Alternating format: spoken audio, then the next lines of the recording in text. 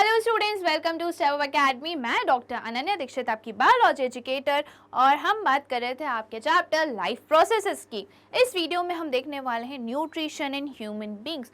Basically हम इसमें देखेंगे कि डाइजेशन कैसे होता है, डाइजेस्टिव सिस्टम की हम बात करने वाले हैं। ओके, तो अब मैंने जैसे डाइजेशन का नाम ले ही लिया है और हम पढ़ भी रहे हैं, तो एक बार और क्यों ना हम डाइजेशन की डेफिनेशन पढ़ लें कि डाइजेशन क्या होता है। डाइजेशन क्या होता है? फूड मॉलिक्यूल, जो large complex insoluble food molecules हैं, उनको हम ब्रेक डाउन करते हैं ताकि वो सिंपलर सॉल्युबल फूड मॉलिक्यूल्स में कन्वर्ट हो जाए और वो हमारे ब्लड स्ट्रीम में आ जाए। ओके, तो डाइजेशन क्या होता है?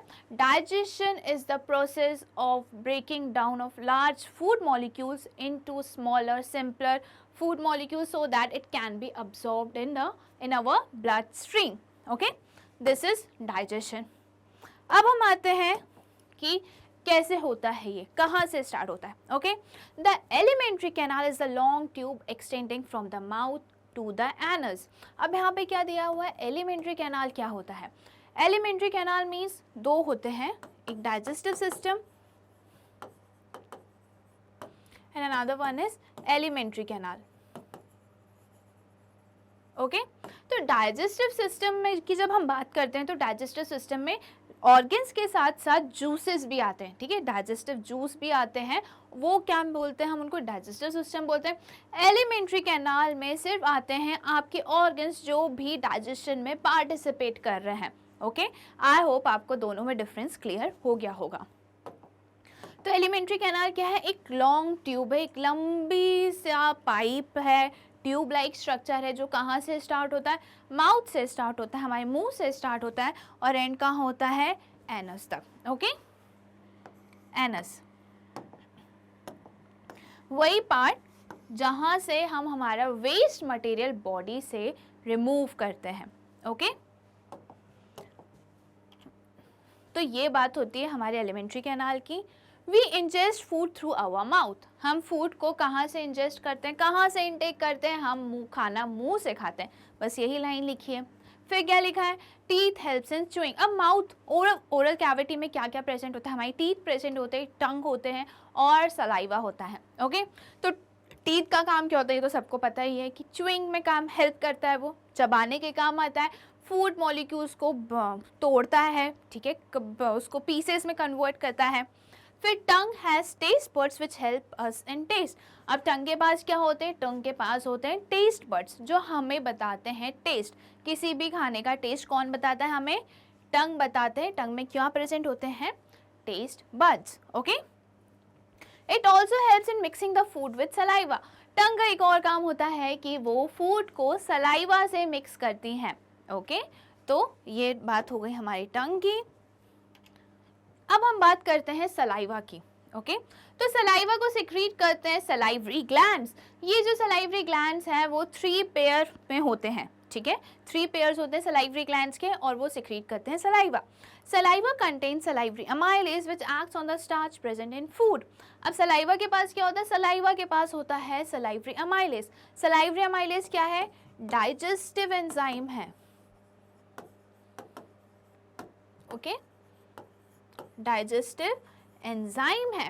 ये क्या करता है? ये हेल्प करता है स्टार्च को कन्वर्ट करता है, एक इसमें माल्टोज में। Okay, it convert starch into maltose. Starch क्या है? एक कॉम्प्लेक्स कार्बोहाइड्रेट है और माल्टोज क्या है? सिंपल कार्बोहाइड्रेट है। ओके, तो स्टार्च को कौन कन्वर्ट करता है? स्टार्च को कन्वर्ट करते हैं सलाइवरी अमाइलेज। ओके, याद रखिएगा ये नाम। The food is converted into smaller particles and made smooth by mixing it with mucus and saliva. This is now called bolus. अब क्या हमने देखा था कि फूड को हमने छोटे पार्टिकल्स में कन्वर्ट कर लिया, कैसे? चूइंग, टीथ की हेल्प से। ओके, टंग ने उसको सलाइवा से मिक्स कर दिया। अब सलाइवा ने क्या किया? सलाइवा में प्रेजेंट थे सलाइवरी अमाइलेज, उन्होंने स्टार्च को कन्वर्ट कर दिया किसमें? माल्टोज में। अब क्या हुआ कि सलाइवा फूड से मिक्स हो गया, तो फूड क्या बन गया? बोलस। ठीक है, it is now called bolus. Bolus क्या होता है? यही होता है कि फूड जब सलाइवा से मिक्स हो गया। अब सलाइवा क्यों ज़रूरी है? सलाइवा इसलिए ज़रूरी है क्योंकि ये फूड को स्मूथ बना देता है, ठीक है, चिकना बना देता है, ताकि फूड आगे अच्छे से चला जाए। कहाँ जाएगा फूड? अब फूड जाएगा यहाँ से माउथ से ईसोफेगस में, जिसको हम फूड पाइप भी बोलते हैं। Okay, oesophagus, it is a thin and long muscular tube which leads to the stomach.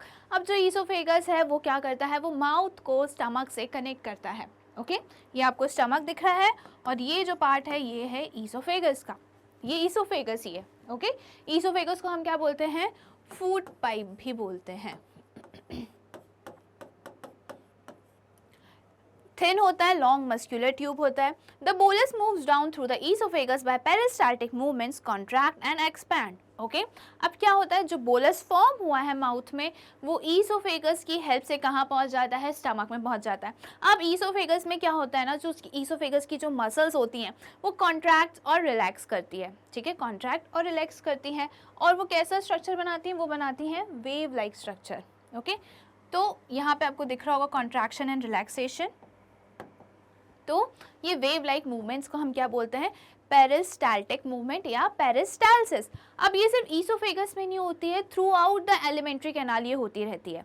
Okay, जो ये पेरिस्टालसिस है वो through out the alimentary canal होती रहती हैं। ओके, अब जो फूड है वो स्टमक में आ गया है थ्रू ईसोफेगस। अब स्टमक में क्या होता है? Once the bolus reaches the stomach, it is acted upon by HCl, mucus and pepsin. अब फूड कहाँ आ गया? हमारे स्टमक में आ गया। स्टमक में तीन चीज़ें मिलती है, कौन कौन सी? HCl, mucus and pepsin. अब क्या फंक्शन होता है इनका? HCl क्या है? एसिड है। ओके, HCl क्या करता है? जो भी फूड आया है उसको एसिडिक बना देता है, एक एसिडिक इन्वायरमेंट क्रिएट करता है वो फूड के लिए, ताकि फूड के साथ जो भी जर्म्स, बैक्टीरियाज आ रहे हैं वो ख़त्म हो जाए। ओके, और फिर ये क्या करता है?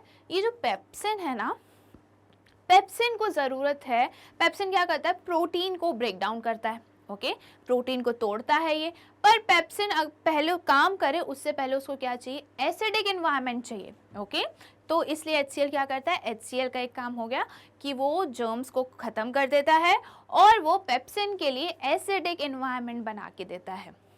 HCl creates an acidic medium to kill bacteria and for the action of pepsin. Mucus prevents the lining of the stomach wall from the acidic environment. अब ये जो म्यूकस है, म्यूकस क्या है कि ये हमारी जो स्टमक की वॉल्स हैं उसको कवर करके रखती है, प्रोटेक्ट करके रखती है। किससे? HCl से। HCl क्या है? एसिड है। एसिड होता है वो हमारे स्टमक को जला सकता है, बर्न कर सकता है। तो हमारे स्टमक को कौन प्रोटेक्ट करता है? म्यूकस। ओके, फिर अब हम देखते हैं कि जो पेप्सिन है वो कैसे कन्वर्ट करता है। Pepsin converts protein into peptides. Pepsin क्या करता है? प्रोटीन्स को पेप्टाइड्स में कन्वर्ट करता है। The exit of food from the stomach is regulated by sphincter muscle called the pyloric sphincter और pylorus, which releases partially digested food into the small intestine. अब ये पेप्सिन तो यहाँ पे हेडिंग गलत है, यहाँ पे क्या होना चाहिए? स्टमक ही होना चाहिए, क्योंकि हम स्टमक की बात कर रहे हैं। ओके, तो पेप्सिन क्या है? वो प्रोटीन्स को ब्रेक डाउन में हेल्प करता है, और ये एक पेप्सिन क्या होता है? डाइजेस्टिव एंजाइम है। ये भी क्या है? डाइजेस्टिव एंजाइम है। ओके, मैं आपको इसलिए ये सारी चीज़ें बता रही हूँ क्योंकि पूछा जाता है कि स्टमक में कौन सा एंजाइम प्रेजेंट होता है ना, माउथ में कौन सा डाइजेस्टिव एंजाइम प्रेजेंट होता है। ये सारी बातें हमारे एग्जाम में पूछी जाती हैं। तो व्हाट इज पेप्सिन? पेप्सिन एक डाइजेस्टिव एंजाइम है। ओके, अब क्या बात लिखी है यहाँ पे कि जो फूड है वो स्टमक से कहाँ आ गया? स्मॉल इंटेस्टाइन में आ गया। अब ये जो स्टमक और स्मॉल इंटेस्टाइन के बीच का जो जंक्शन है ना, वहाँ पे होता है स्फिंक्टर। स्फिंक्टर को हम क्या बोलते हैं? कौन सा स्फिंक्टर होता है? पाइलोरिक स्फिंक्टर या फिर सिर्फ पाइलोरस। ओके, यहाँ पे दिया नहीं है, यहाँ पे दिया हुआ है, ये है पाइलोरिक स्फिंक्टर। ये क्या करता है कि ये ओपन हो जाता है, ठीक है, और फूड कहाँ जाता है? स्मॉल इंटेस्टाइन में। फिर फूड जो स्मॉल इंटेस्टाइन में चला गया है वो वापस स्टमक में ना आए, ठीक है, back flow of the food को ये रोकता है, प्रिवेंट करता है। कौन प्रिवेंट करता है? स्फिंक्टर। ओके, स्फिंक्टर को हम ऐसे याद रख सकते हैं कि वो एक दरवाज़ा है जो कंट्रोल करता है कि जो फूड स्मॉल इंटेस्टाइन में चला गया है वो वापस स्टमक में ना आए। ओके, तो अब यहाँ पे पार्शियली डाइजेस्टेड फूड क्यों लिखा है? यहाँ पे लिखा है पार्शियली डाइजेस्टेड क्योंकि यहाँ पे स्टमक में तो जो प्रोटीन्स है सिर्फ उनका ही ब्रेक डाउन हुआ है और वो भी पूरा अच्छे से नहीं हुआ है ना। अभी भी प्रोटीन को जो है अब्जॉर्प्शन बचा है, उसको उसका फाइनल प्रोडक्ट बनना बचा है, इसलिए क्या है? पार्शियली डाइजेस्टेड फूड है। अब हम आते हैं स्मॉल इंटेस्टाइन में। The small intestine is a very long tube found in the abdomen. अब ये जो स्मॉल इंटेस्टाइन है ये सबसे बड़ी ट्यूब, सबसे बड़ा पार्ट होता है किसका? एलिमेंट्री कैनाल का। और ये क्या है? लॉन्ग ट्यूब होती है, तो फिर हम इसको स्मॉल इंटेस्टाइन क्यों बोलते हैं? जब ये लार्जेस्ट पार्ट है तो क्या होता है? स्मॉल इंटेस्टाइन का जो डायामीटर होता है वो कम होता है और वहीं जो लार्ज इंटेस्टाइन का डायामीटर है वो बड़ा होता है, इसलिए स्मॉल इंटेस्टाइन का नाम हमने स्मॉल रखा है। ओके, अब क्या होता है इसमें कंप्लीट अब्जॉर्प्शन एंड कंप्लीट, सबसे पहले तो क्या बोलना चाहिए? कंप्लीट डाइजेशन एंड अब्जॉर्प्शन कहाँ होता है? स्मॉल इंटेस्टाइन में। तो स्मॉल इंटेस्टाइन में ऐसा क्या होता है कि जो पूरा डाइजेशन हो जाता है और साथ में अब्जॉर्प्शन भी हो जाता है? तो हम वही देखते हैं। Bile and pancreatic juice are secreted into the small intestine. अब बाइल और पेनक्रियाटिक जूस जो है वो कहाँ आते हैं? स्मॉल इंटेस्टाइन में आते हैं। ओके, स्मॉल इंटेस्टाइन में ये पहले से प्रेजेंट नहीं होते, पर इनको कौन बना के देखता है? तो सबसे पहले हम बात करते हैं हमारे बाइल की। ओके, बाइल कौन बनाता है? बाइल बनाता है liver. Liver is the largest gland of the body. Liver क्या है? लार्जेस्ट ग्लैंड है हमारे शरीर का। Bile is secreted by liver. अब लिवर क्या करता है? बाइल को बनाता है और उसको सिक्रीट करता है। It is stored in gall bladder. Bile जो है, जो लिवर बना रहा है, वो कहाँ जाके स्टोर होता है? गॉल ब्लैडर में जाके स्टोर होता है। गॉल ब्लैडर उसको थोड़ा गाढ़ा बनाती है। Bile acts on the fat molecules and breaks them into small fat droplets. Okay, bile का फंक्शन क्या होता है? बाइल एक्ट करती है फैट्स पर। ठीक है, जो लार्ज फैट्स के लार्ज मॉलिक्यूल्स होते हैं उनको ये किस में कन्वर्ट करती है? ड्रॉपलेट्स पे, फैट ड्रॉपलेट्स। अब आप समझ सकते हैं ड्रॉपलेट्स क्यों बोला गया है, क्योंकि ये एकदम ड्रॉप लाइक हो जाते हैं। ठीक है, इसलिए इनको ड्रॉपलेट्स बोला है। ड्रॉप मतलब आपको पता है बूंद, है ना, तो वैसे हो जाते हैं ये। और इसलिए इस प्रोसेस को हम क्या बोलते हैं? इमल्सिफाइड फैट्स या फिर इमल्सिफिकेशन ऑफ फैट्स। प्रोसेस का नाम होगा इमल्सिफिकेशन ऑफ फैट्स।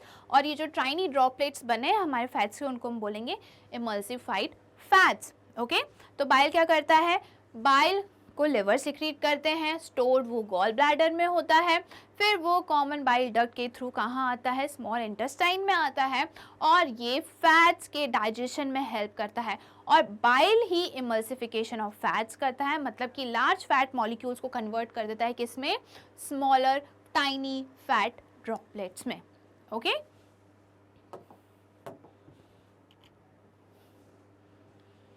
अब हम बात करते हैं पेनक्रियाज की। पेनक्रियाज क्या करता है? पेनक्रियाज भी पेनक्रियाटिक जूसेस बनाता है वो, और वो कहाँ रिलीज कर देता है? स्मॉल इंटेस्टाइन में थ्रू पेनक्रियाटिक डक्ट। बाइल किससे आ रहा था? कॉमन बाइल डक्ट के थ्रू आ रहा था, और पेनक्रियाटिक जूस आ रहे हैं पेनक्रियाटिक डक्ट के थ्रू। कहाँ? स्मॉल इंटेस्टाइन में। फूड जो है वो लिवर और पेनक्रियाज में नहीं जाता है, बल्कि लिवर और पेनक्रियाज अपने अपने जूसेस कहाँ देते हैं? स्मॉल इंटेस्टाइन में ड्रेन कर देते हैं। एक और बात मैं बाइल के बारे में बताऊंगी कि बाइल जो है सिर्फ बाइल जूस है, इनमें कोई भी डाइजेस्टिव एंजाइम प्रेजेंट नहीं होता। ओके, अब हम चलते हैं हमारे पेनक्रियाज पे। पेनक्रियाज, ये जो लिवर और पेनक्रियाज है ना, ये अपना जूस बनाते हैं और ड्रेन कर देते हैं कहाँ? स्मॉल इंटेस्टाइन में। फूड लिवर या पेनक्रियाज में नहीं जाता है। ओके, बस ये अपने जूस बना के स्मॉल इंटेस्टाइन में ड्रेन कर देते हैं और इनके जो जूसेस हैं वो डाइजेशन में हेल्प करते हैं। Pancreatic juices contain different enzymes. Pancreatic juices में अलग अलग टाइप के एंजाइम्स होते हैं। कौन से होते हैं वो? सबसे पहले होता है ट्रिप्सिन।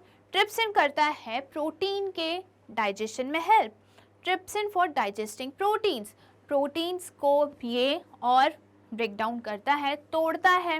ओके, फिर आता है लाइपेज। लाइपेज जो है वो इमल्सिफाइड फैट्स पे एक्ट करते हैं। Okay, lipase for breaking down emulsified fats.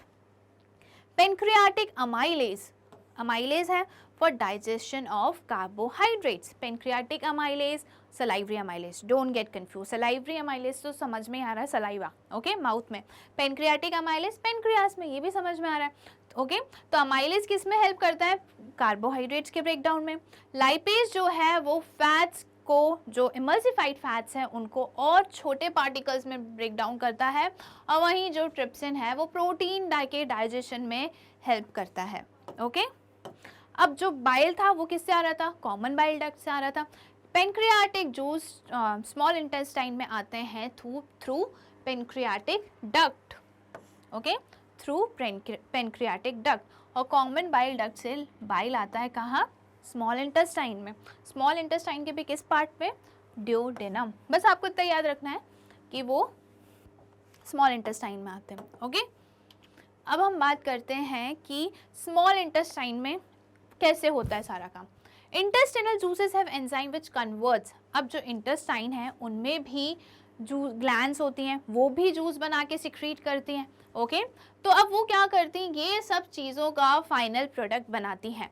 Intestinal juices have enzyme which convert complex carbohydrate into glucose, proteins into amino acid and fatty acid into triglycerides, oh sorry यहाँ पे लिखा था and fats into fatty acid and glyceride, ये गलत है, okay.